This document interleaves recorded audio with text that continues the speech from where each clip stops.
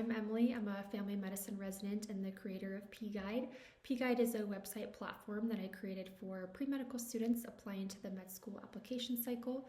I remember going through the journey myself and found it very overwhelming. I was stressed making my list of schools and trying to stay on top of the letters of recommendations and the secondaries and the interviews, and I just constantly felt like I was missing something. And so that's what led me to create PGYDE. It's a website to help you stay on track, know what to anticipate, and reduce as much stress as possible. In this video, I'm going to walk you through the website to show you what features it has, how it can help you throughout your application cycle, and how the website works in general. Before we get started, I just want to say that PGYDE does not replace the verified admissions resources or the official school websites. Because some due dates are subject to change from year to year, it's always important to double check with those official sources. But PGYDE is available for you to track, plan, and stay organized and help manage everything more efficiently so you feel less alone, have fewer tabs open, and don't feel like you have to make a million spreadsheets to stay organized. So let's check out the website.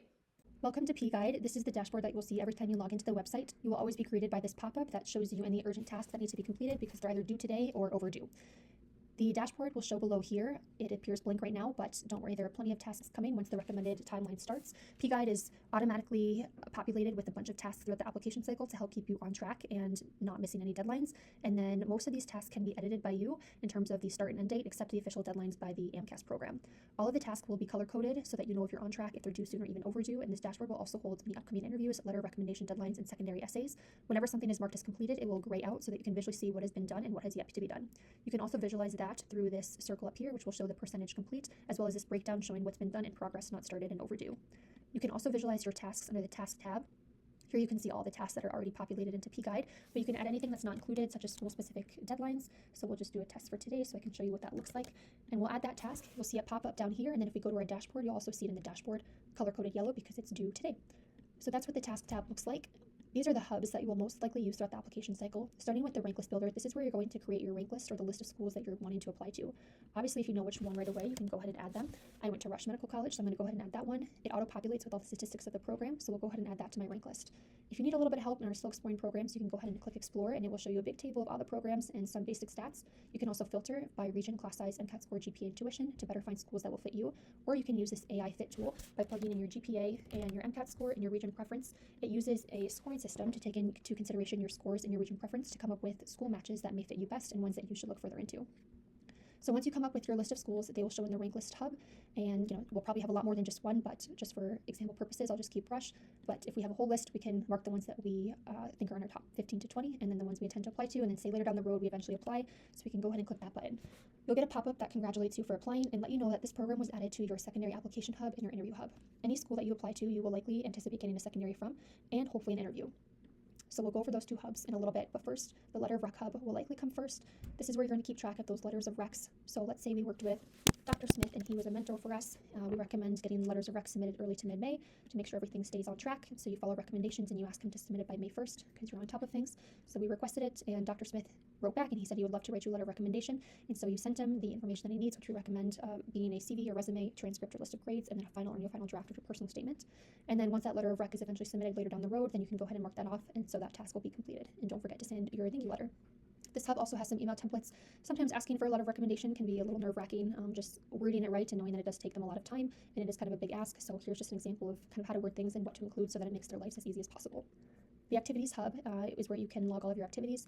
All of this data is going to be asked for on the AMCAS application. So by plugging everything in here, you'll be ready to go when the application actually opens. If a specific activity is one that is most meaningful to you, then you can go ahead and check this button, and then obviously explain more about why it was most meaningful to you, which will also be required on the official application.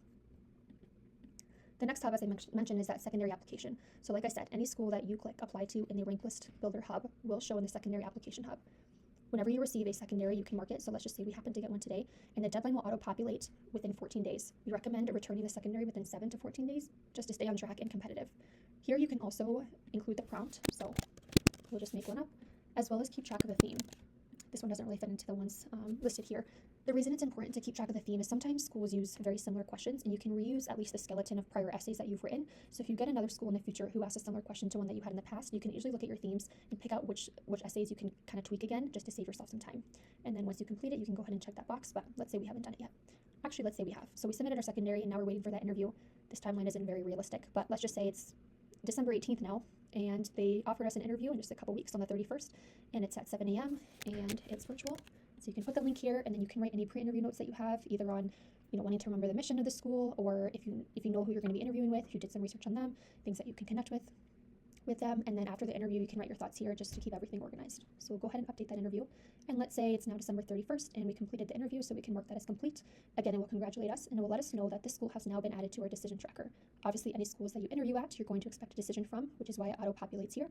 And so once we hear from Rush, we can go ahead and change that decision status, but we'll just say it's still pending for now. We haven't heard from them. So that's a brief overview of the hubs. Other tools on PGYDE, under this resource tab, you'll get all these links, just ones that you'll commonly use throughout the application cycle, so it's a nice place just to have everything there. And then the application guide is just a brief overview of how to use PGYDE. The school research button is just bringing you back to that table that helps you research other programs.